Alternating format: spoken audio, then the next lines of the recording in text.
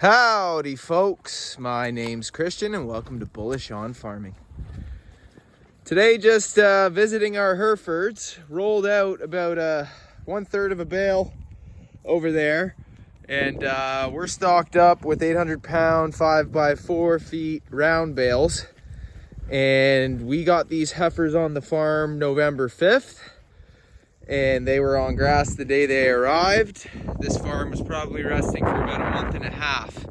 The guy had 80-something head of cattle on this farm before we were here, and it got a couple months of rest at the end of the season.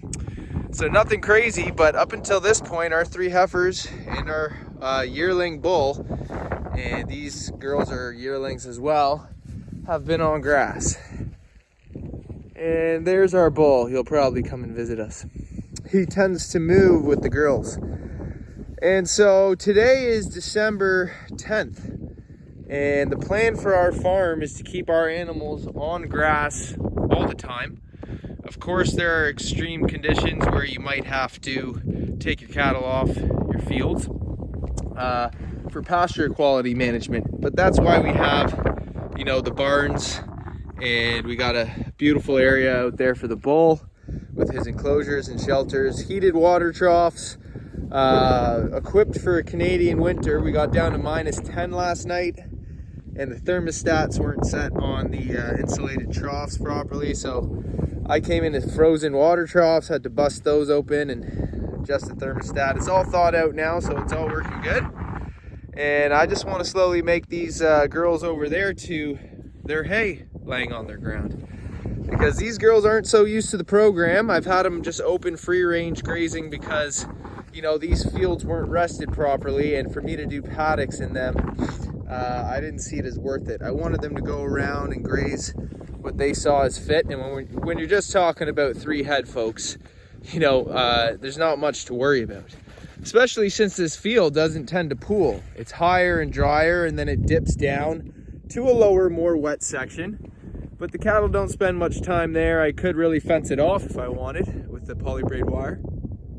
But, I don't really see a point in it.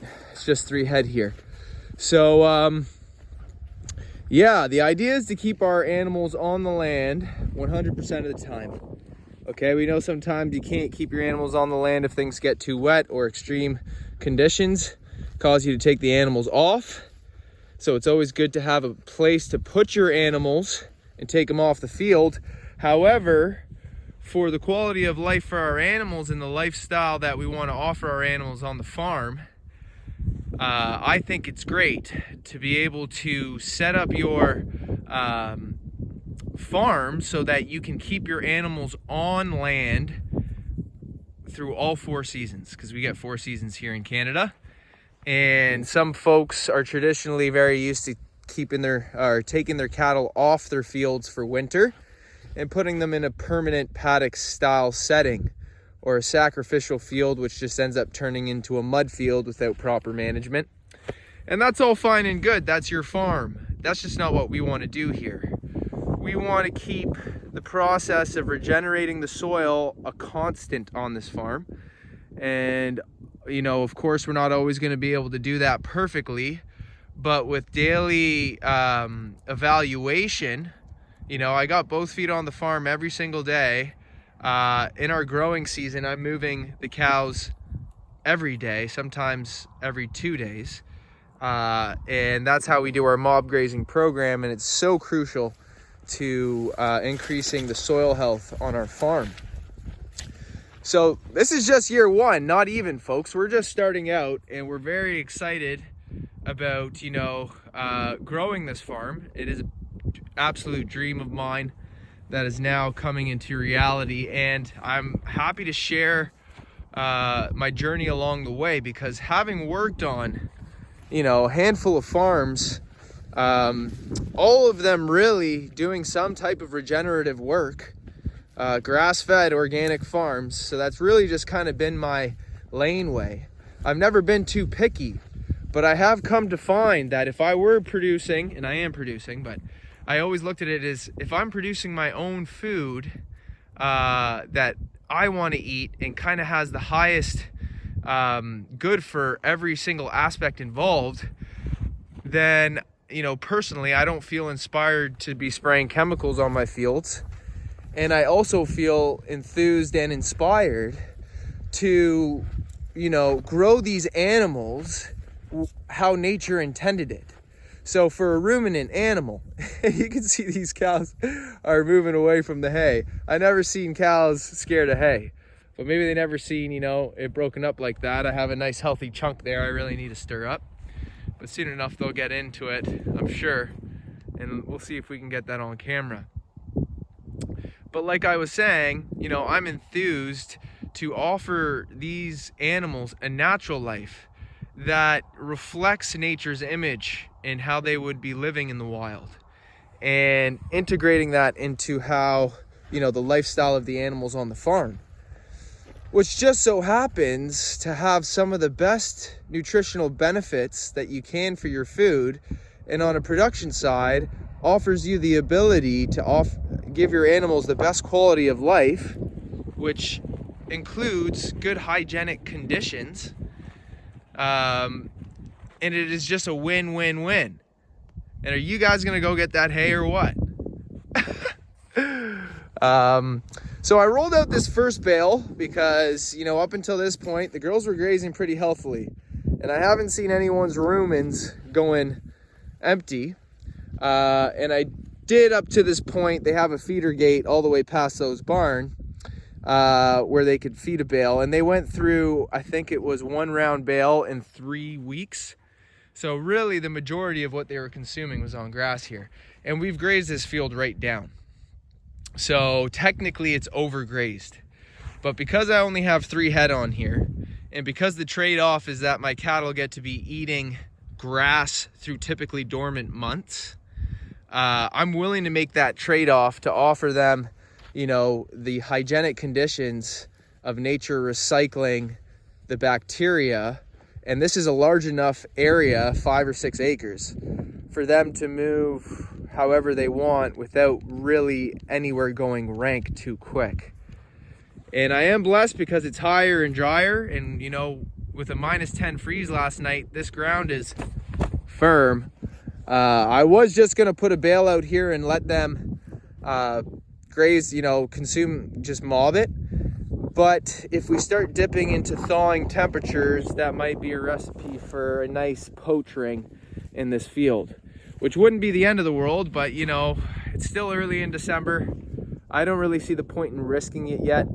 And so, since it's only 3 head, these girls, I think 1 bale would last them maybe a week, maybe more. They're probably between 800 and 900 pounds each right now. And, I wanted to experiment. So I rolled out 1/3 of a bale. It's probably even less than that. And those of you who've been following the channel, that rolling out the bale, it comes out nice and smooth and easy, in a thin enough layer that when the cattle mob it, the residue that's left is food for the soil. And when they trample it and fertilize it with their manure, you got a recipe for fertility. And so I did a little area here of a nice rollout of the bale. Just did pure man strength, dropped it with the tractor, and rolled it out. And these girls will get with the program. Soon enough, we're going to be rolling out hay for them here.